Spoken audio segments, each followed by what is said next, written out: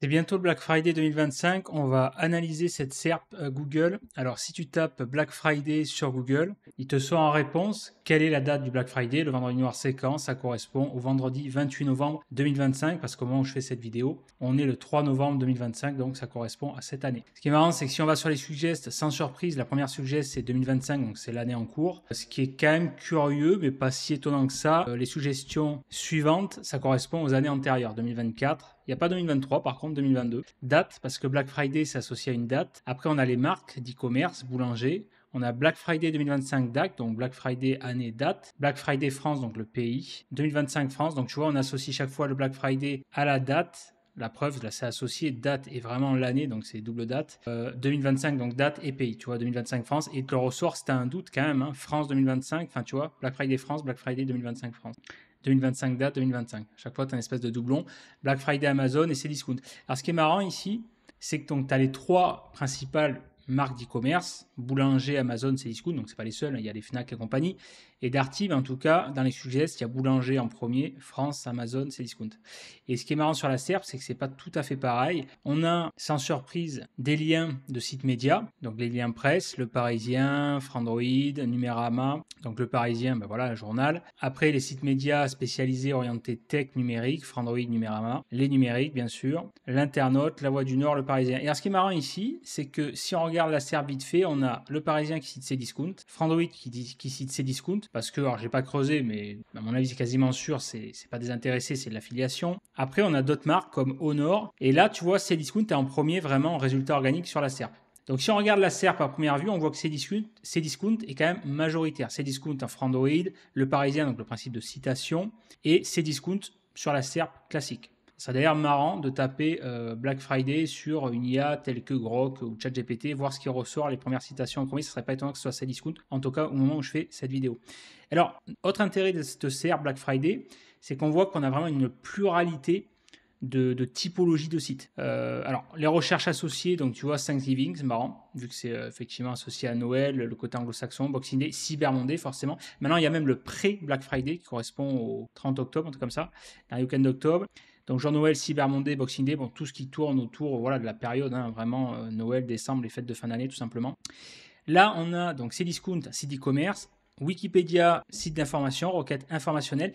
Et ce qui est quand même étonnant, c'est que Black Friday, c'est quand même une recherche à intention fortement commerciale, mais pas si étonnant que ça, parce que si tu tapes Black Friday tout court, les requêtes dites génériques, il y a souvent une attente d'information. C'est-à-dire que celui qui tape Black Friday, il sait peut-être pas ce que c'est, même si c'est encore assez étonnant vu que le concept est maintenant bien connu, mais c'est pas encore tout connu c'est pas encore connu de tout le monde. Donc c'est pas étonnant. Wikipédia, c'est la valeur sûre.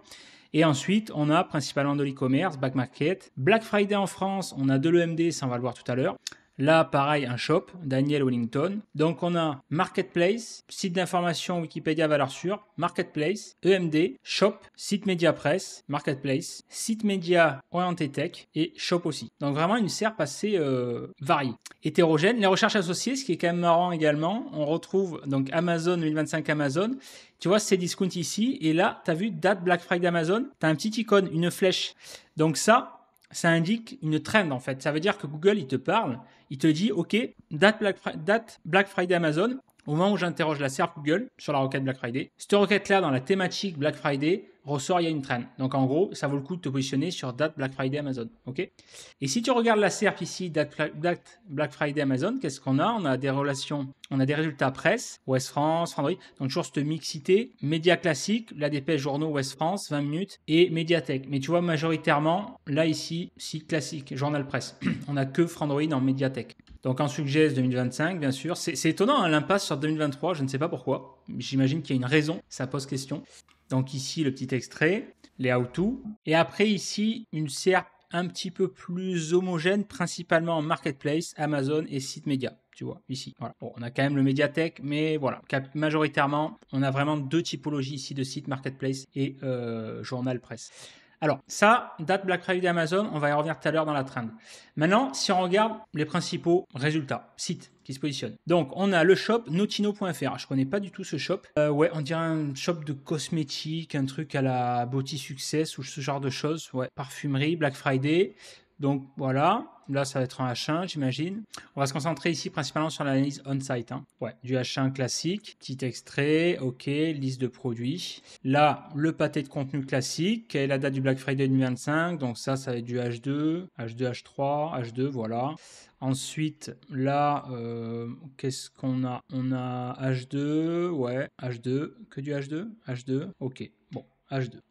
J'avais rajouté un petit H3, mais bon, pourquoi pas. Là, la stratégie classique, on fait le maillage en footer, c'est du lien ce qu'on appelle site-wide, c'est-à-dire que c'est du lien voilà, qui est présent. La force d'un lien comme ça, que ça soit sur le header, footer, la pratique courante c'est de footer parce que c'est moins visible, ça décongestionne un petit peu le header, et voilà, en gros c'est une manipulation du PR, du PageRank interne. Donc là, effectivement, ça renforce la popularité de la page, le principe du PageRank, de la popularité, enfin du lien classique, la stratégie de linking classique appliquée au maillage interne. Donc voilà, maillage en footer, Black Friday. Surtout, c'est d'autant plus ce type de lien-là est très puissant quand tu as une volumétrie de pages importante. Donc les sites, les typologies de sites à volumétrie importante, c'est typiquement les shops, les marketplaces, les sites médias, enfin voilà, des sites à grosse volumétrie.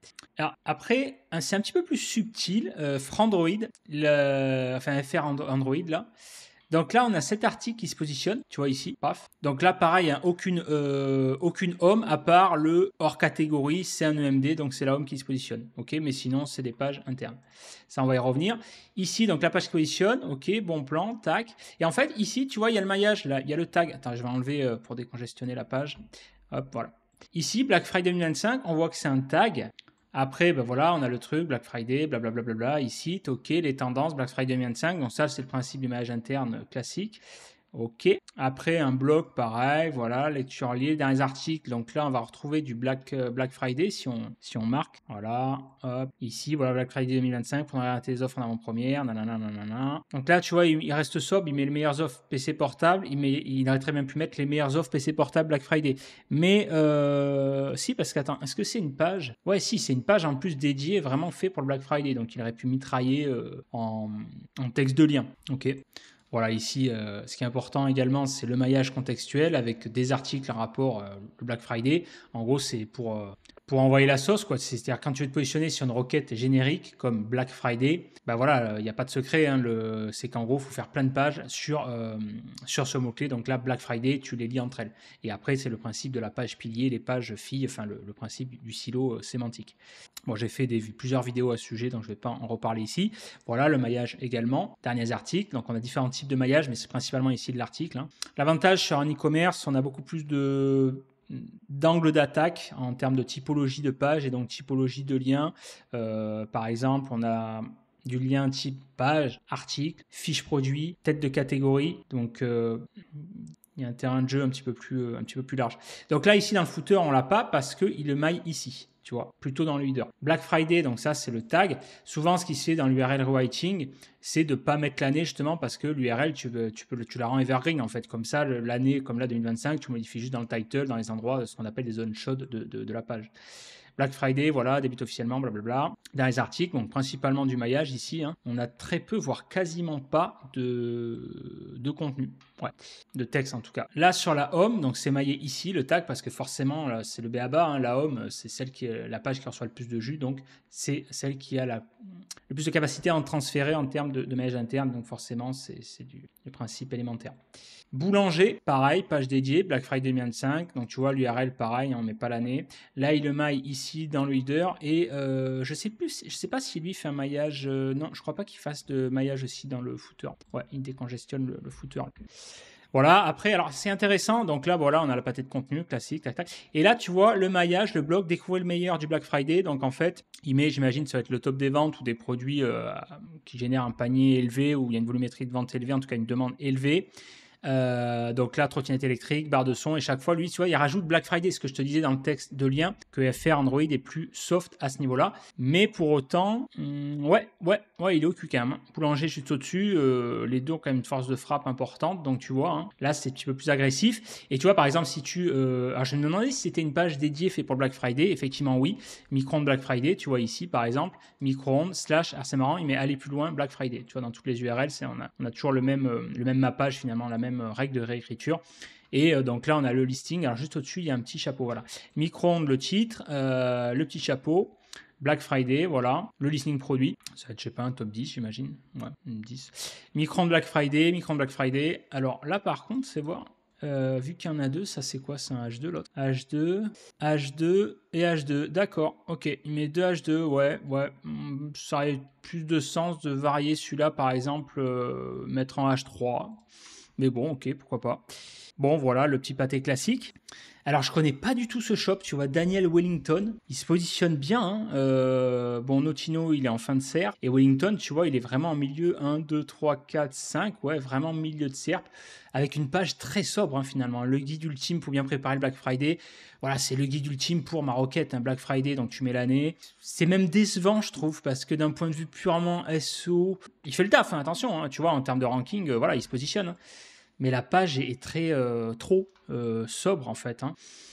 Parce que bon, ok, tu te positionnes là-dessus, mais je sais pas, moi j'aurais bien mis quelque chose. Alors là, on est vraiment sur la typologie de page. Est-ce que c'est peut-être fait exprès du coup pour avoir une typologie de page, même si c'est un shop, ça pourrait faire penser à une typologie de page article. Mais j'aurais mis au moins un petit top 3 pour naviguer, une petite roco de produits, tu vois, Black Friday, parce que je sais pas, on dirait c'est quoi, c'est un joaillier, c'est quoi best-seller, vu l'ergonomie, le style de site, accessoires, bijoux, hein, on dirait un joaillier, un truc comme ça, une bijouterie. J'aurais peut-être une roco de produits, tu vois, pour habiller un peu, parce que là, tu arrives, ça donne pas trop envie de naviguer sur le site, parce que c'est ça qu'il faut garder à l'esprit, c'est que le SEO, ok, tu te positionnes, tu captes du trafic, c'est captation de position, mais derrière, le but final, c'est de vendre, tu vois, soit de générer du lead, ou dans le cas ici, générer de l'achat, voilà, du cash flow. Ensuite, mais par contre, sur le site, ouais, putain, ce qui est étonnant, c'est qu'attends, en termes de maillage, lui, il a vraiment, putain, ouais, c'est ça, lui, c'est vrai qu'il me pose question. Il me pose question, alors honnêtement, j'ai pas creusé, hein, c'est vraiment une analyse comme ça à l'arrache. Mais tu vois, il me paraît un peu limite en anomalie statistique, parce que ça fait vraiment penser limite à une page de MFA, tu vois, d'éditeur des années 2000, quoi. Et tu vois, on n'a même pas de maillage dans le footer, dans le header. Voilà, faut analyser le net linking, bien sûr, hein, la stratégie de linking, elle doit être solide, hein, il n'y a pas de secret pour que tu arrives ici sur la SERP comme ça. Mais ouais, ça pose question quand même sur le on-site. En tout cas, voilà, à voir, à suivre. Ça serait intéressant ce type de site, tu vois, à monitorer avec un outil comme SEO Observer. Le avant-après, alors dans 6 mois sur ce type de requête, c'est pas forcément la meilleure requête parce que forcément il y a un phénomène de décrochage vu que c'est une requête marronnière quand même, hein. C'est là, tu vois, on est en fête de fin d'année, on est maintenant. T'es ça en février-mars, c'est pas étonnant que le site décroche, tu vois, il a fait ses ventes. Rendez-vous l'année prochaine. Mais sur le principe, à voir, tu vois. À voir comment ça tient dans le temps en termes de stabilité de ranking, même si c'est pas le meilleur exemple sur la requête marronnière, mais ce type de page est vraiment pose question, ce type de site, tu vois. Tu vois, ce type de site éveille ma curiosité pour une analyse plus approfondie, pour les creuser. Bon, là, on a l'EMD, très classique, hein. Tu vois, l'EMD, c'est l'homme qui se positionne, alors qu'il a la page ici, une page interne, Black Friday 2025. Et Black Friday 2025, est-ce qu'il renvoie vers la home? Il n'y a pas de lien. Ouais, si, ouais, voilà, la home, ouais. Black Friday en France, ouais, du coup, c'est la home qui reçoit le plus de jus, voilà, forcément, yes. Ok. Bon, EMD classique, avec voilà les questions, voilà, FAQ, nanani nanana, maillage, voilà, tout ce qu'il y a de plus classique en termes de site d'édition. Et tu vois, il liste les années, hein, voilà, Black Friday 2023. Back Market, donc Marketplace, Black Friday 2025, très sobre, listing produit, truc classique, le pâté de contenu, voilà, boum. Tous nos bons plans Apple Black Friday, voilà. Bon, ça clairement c'est pour le SEO parce que c'est pas visible d'un point de vue utilisateur, en tout cas c'est pas mis en avant. Le classique, lien side-wide, footer, PIM pour doper le jus, quoi, tout simplement, de la page stratégique, hein. Ces discounts, c'est marrant parce que c'est curieux, ils sont calmés, mais à un moment donné, ils étaient très coquinous sur le SEO, assez chaud. Black Friday, Black Month, tu vois, je connais même pas, tu vois, c'est encore un nouveau terme, ça, tu vois, Black Month. Voilà, listing produit. Alors eux, la particularité, c'est qu'ils s'opposent vraiment un peu partout de contenu, tu vois.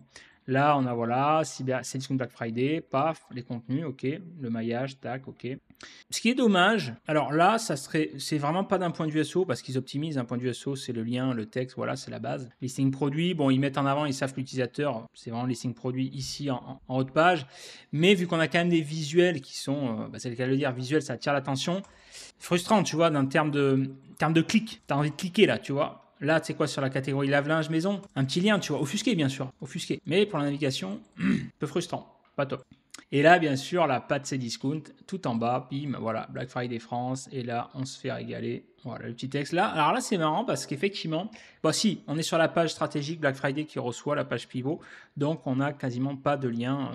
On force ici. Mais par contre, ici, admettons, sur la page d'accueil, donc c'est là où on redistribue le jus.